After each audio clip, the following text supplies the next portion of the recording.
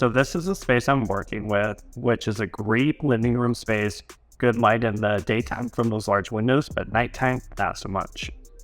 This is the layout, which will just be 2 simple lines of LED recessed lights, and there's the dimensions. Now, once you have your dimensions, I take small pieces of painter tape, drywall square, just the 48-inch side of that, and then I place small pieces of tape about every 2 feet or so. Once you have the piece of the tape down, then I take a continuous piece of painter's tape and I hover that 48-inch mark. It doesn't have to be perfect, because once the tape is down, then I'm going to use my laser measuring tool and then just measure from those surfaces matching up to the dimensions I showed you earlier.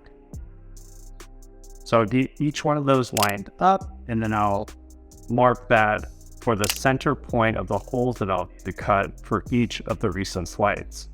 Then taking a 3/16" drill bit, I'm going to drill those center points out for all 8 of the locations. Then take a marking flag and roll that tightly, pass it through the hole, and then up into the attic space. What I want to do is see where each location is, independent on how much insulation I have. Then once I have all those flags in the attic, and start clearing out the insulation so it's not falling while I'm drilling out all of my holes. I'll remove these old switches so I can access the old wiring that I'm going to need to pull the new 14.3 up in the attic. Then I'll strip the 14.3 all 4 wires in a staggered approach, connecting up the longest strand to the old existing neutral wire.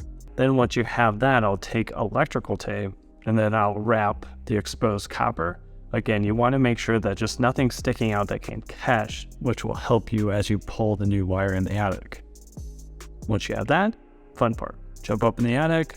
Hopefully you have a little more headroom than I do because this is an outside wall, and then start working it, pulling the new 14.3 up into space. If you can get that, that's a big step in the overall process. And there it is. There's the 14.2, which will go to my first LED light.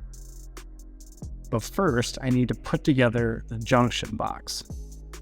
So I tighten out all those cable connectors, connecting the grounds together, the neutrals together, the black hot side, and going to the black hot in the 14.3, and then the red from the 14.3 goes to the black in the 14.2 because that's switched power and that's going to turn on LED lights.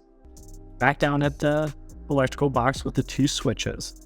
Just connect up all the grounds together.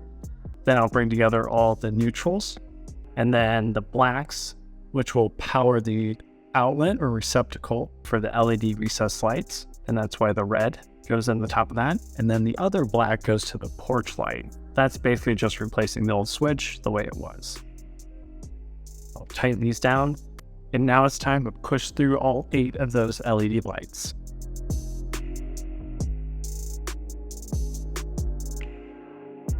Make sure you have your correct setting before you put it up in the ceiling. So I am setting to 3000, so I want to make sure all those are set to 3000 when I'm putting it in the ceiling.